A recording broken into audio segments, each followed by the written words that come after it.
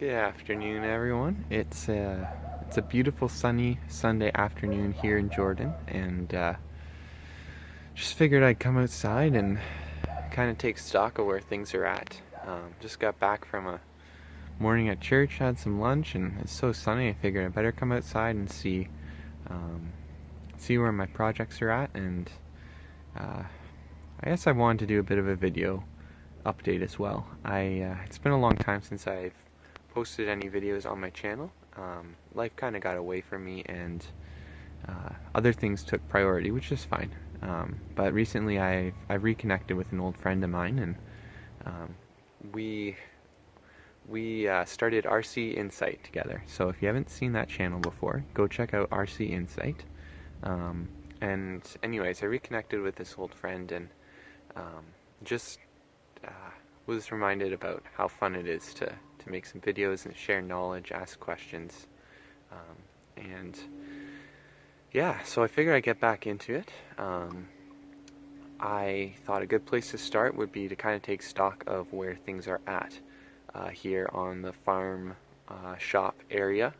Um, so I just coming off a really busy summer season. My wife started a market garden, and was great season, but it was really full for the both of us, just as she was working on it and I was supporting her. And so there's a lot of things around here that I wanted to get to this summer but wasn't able to, and so been looking forward to having some time this winter to work on them. So the problem is I've got too many projects to do all at once, and I'm trying to figure out what to do first. So sometimes for me it helps to just kind of walk around. I've got my coffee and the good old Yeti here, and just figured I'd go for a bit of a tour and bring you guys along. So the first and arguably maybe the biggest project I've kind of started already is this is my old Ford 79 F100. It's been a feature on the channel. It's two-wheel drive, custom trim, which means base model for those days, and it's a long box regular cab. So at the moment it's kind of glorified storage. Tonneau cover comes in handy. So you can see it's lacking an engine, and that's because I've just been throwing band-aid fixes on this engine for the last 8 years really, just to keep it going for another summer, or yeah, basically just keep it going for another summer. So this poor thing needs some real attention. I pulled the engine because it either needs a serious refresh, or I'm currently leaning towards buying a good running donor engine out of a early 1990s F-150. It's 4.9 liter, and then just taking off the EFI components and putting on my 4-barrel intake and carburetor. Would be a pretty easy job, and then I get the benefits of a 3G alternator already being on there, a serpentine belt setup, and an engine that just has it's only half as old, 20 something years instead of 40 something. So that's the direction I'm leaning. I've already got the EFI manifold pipes on there. So anyways, that's what I'm thinking for that. More will come later, but there she sits, and I gotta put these parts into the bed just so they don't get run over or something like that. Next we'll come on over to Tractorland here. The two Fords are a recent acquisition, about halfway through the summer. This is on the left an LGT 165 with the Johnson, I believe it's a Johnson TC loader. Hard to find, pretty cool. I'm becoming quite aware of their limitations, but I really enjoy it regardless. This is a LGT 145. It's got some nice ag tires on it and a deck, and then in the back we've got a few implements here. There's a millboard plow, potato hoe, and a homemade kind of soil rake. And then over here we've got the old John Deere 110. Had this for a couple years now, and it's the 10 horse Kohler in there. Got the mower deck, and then we also have a tiller for it. So that John Deere helped us till this entire farm. Sorry for the sun glare, but that John Deere did a good job. But we'll soon be retiring it in favor of a BCS walk-behind tractor, which is just built for market garden scale, a lot more than a John Deere is.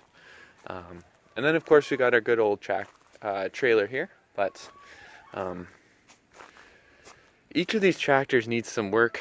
The John Deere I think we'll be selling in the springtime, and I just likely won't be doing the work on it. We'll sell it as is. It recently got brand new tires, but I think it needs an engine rebuild.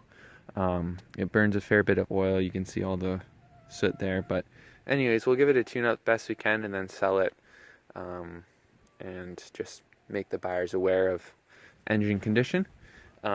This LGT 145 is oh, I said 145. It's actually a 125. My mistake. LGT 125. I really like this tractor. It's in general pretty good condition.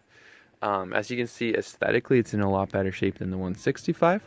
But it's got a major oil leak from the PTO seal.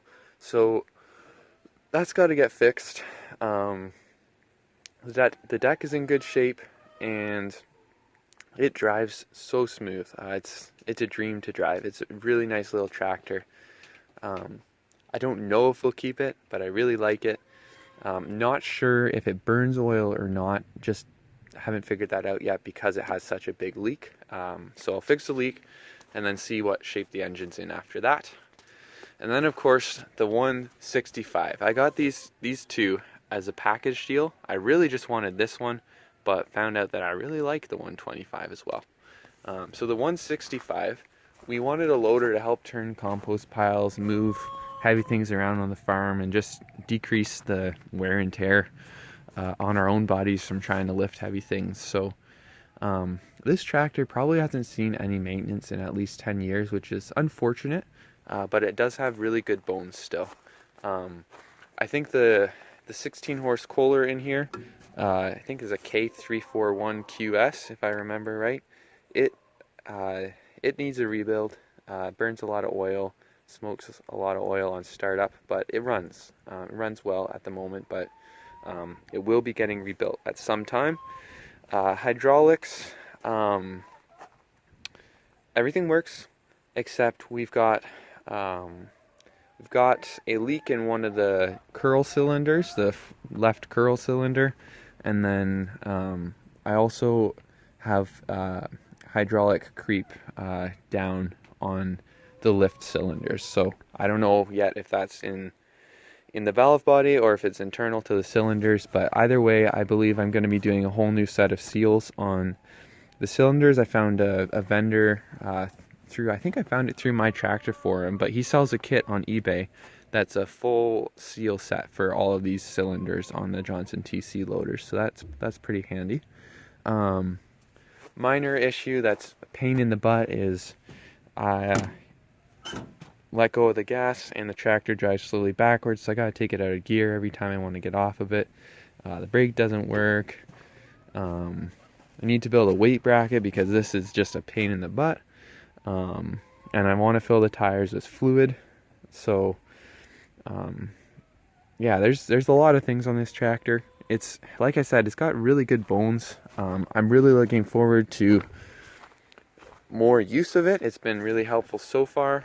The loader bucket needs some fixing. I'll be fixing and strengthening this bucket. It's going to get a piece of angle along the top lip underneath. I'm going to put some 1/4 inch by 2 inch flat bar along the sides to stiffen those up, and I'm going to put some chain hooks on top. I think I'll do a video or two all about that, just kind of stiffening that bucket up. And then the other pain in the butt is that the loader pins, they've gone well out around all these pins here for the different connections. I don't know, I'm going to have to figure out if I need to drill them out bigger and then weld in bushings or something like that. We'll see. But anyways, I'm really excited about this tractor. I plan to keep it for a very long time, and it's a lot of fun. So that's kind of what we got going on in that front in terms of tractors and old pickup trucks, and anyways, lots of things to do. So I'll bring you on into my shop and can kind of have a look at what I did get done this summer.